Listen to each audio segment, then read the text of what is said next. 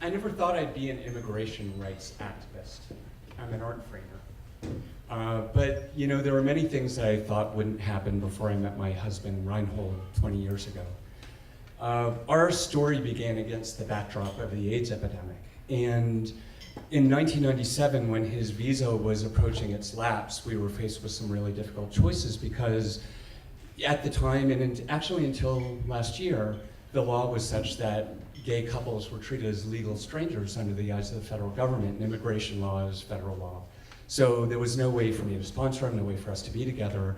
So it was that problem. My health was also really bad, and I'd lost a brother, Reinhold had lost a partner, so we'd been very impacted. And we came up against that choice, not knowing what to expect, and certainly having found each other, that seemed paramount over respecting the immigration law. And quite frankly, we were of two minds at that point too. We thought that I might not be around for very long, and the way things would happen, even though Reinhold's health was much more stable than mine, we thought he might be gone soon too. And then the other side of it was that in the late 90s, immigration reform, just like today, was a hot issue that everybody was talking about and saying that Congress has got to do something about immigration reform. Well, we thought A, we're going to die, or B, we'll have, by the grace of God, longer life, and we'll see immigration reform, and this situation will be fixed. And then 9/11 happened, and our hopes went up in smoke, as it did for so many of us. It was just a huge blow. And we plunged into some of the darkest years that we experienced as a couple together. Those post 9/11 years were terrible, and the Bush years, if you were gay or immigrant, were really terrible. And both communities were used as immigration fodder, or as election fodder, to get people cynically out to the polls, and they did. And it was just really a hurtful and difficult time. And for us, the ways we experienced that, we would talk to people in our community about our circumstance, but it just seemed so wrong. It seemed so wrong to be in a situation where you just couldn't choose who you want to live your life with. And, and to have to make choices between love and country, life and death.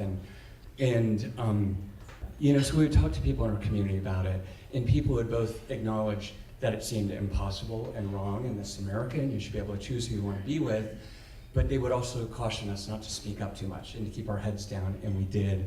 And somehow we just kind of got way out on a limb and kept living our life and trying to figure out how to do it. And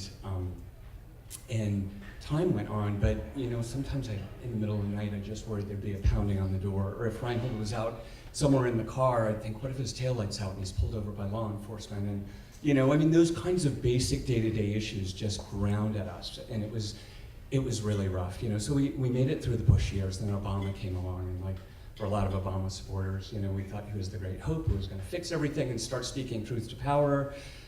But then early in his term, his Justice Department started defending the Defense of Marriage Act, and I just snapped. And I thought, this is a time to start talking up about this. And I started getting more vocal. I got involved with an activist community, and I started doing activism, and I got extremely involved. And I started really getting out there. Like May Day 2010, I was in front of San Francisco City Hall with thousands of people there declaring an undocumented spouse, and trying to build coalition with community around us. And things began to shift. We began to see things happen. And also 2010 was the year that that the president announced that he was no longer going to defend DOMA because of the question of its constitutionality. And we watched federal immigration judges with cases that could have involved a couple like us, where a foreign spouse was facing deportation. Those cases started to be put on hold. And it gave us hope. And we'd been married a couple of times before in various circumstances. Once it was annulled, and but in that case we realized we have some modicum of legal protection if we're a married couple. When we flew to New York on November 1st of 2011, we got married. And and then last year, some of you may know, on the 26th of June, the Supreme Court overturned the Defense of Marriage Act, and it opened the door for us to engage an immigration attorney and start the path of rectifying Reinhold's status. And we went through that whole process, and just earlier this year, he finally got his green card. Dude, thank you. Immense. I still can't quite believe it, but immediately, as soon as we had word online that his case was approved and his card was being processed, he got online and started looking for airfares, which is one of his competitive sport activities that he loves to do, and it's, you know, he's my entertainment director and travel agent and all that stuff, but he, you know, he got us onto a flight a month later. We were on our way to Germany. We had an amazing trip reconnecting with Germany, went to Berlin for a couple of days where he had been living, came back, you know, and the big part of it is his dad's in a nursing home. That's another big part of this story. Those separations were really painful over the years. And on the way back, I knew that we needed to get him back to Germany ASAP. And so last month, just in July, Reinhold went on his very first solo trip to Germany in almost 17 years. And I took him to SFO on a beautiful evening. He had an early evening flight, and we got there, and it was just so wonderful to go to the gate. He's also now a TSA pre-approved traveler on top of that. So he could go through that little line. I want to tell you, you know, one of the symbols that really got me through over the years. Reinhold lived in Berlin when the wall came down. It's funny that Nina brought it up, and for me, in those darkest moments, I thought about how those of us at a certain age, the wall represented something so intractable and even with the potential to annihilate the world. And instead, when it came down, it just kind of came down organically. And it was such an amazing thing to witness. And we, you know, I'd hold on to that and think maybe one day our wall is going to come down. And when it does, it's going to happen quick and it's going to take us by surprise. You know, and I thought that trip was our first trip together in Germany.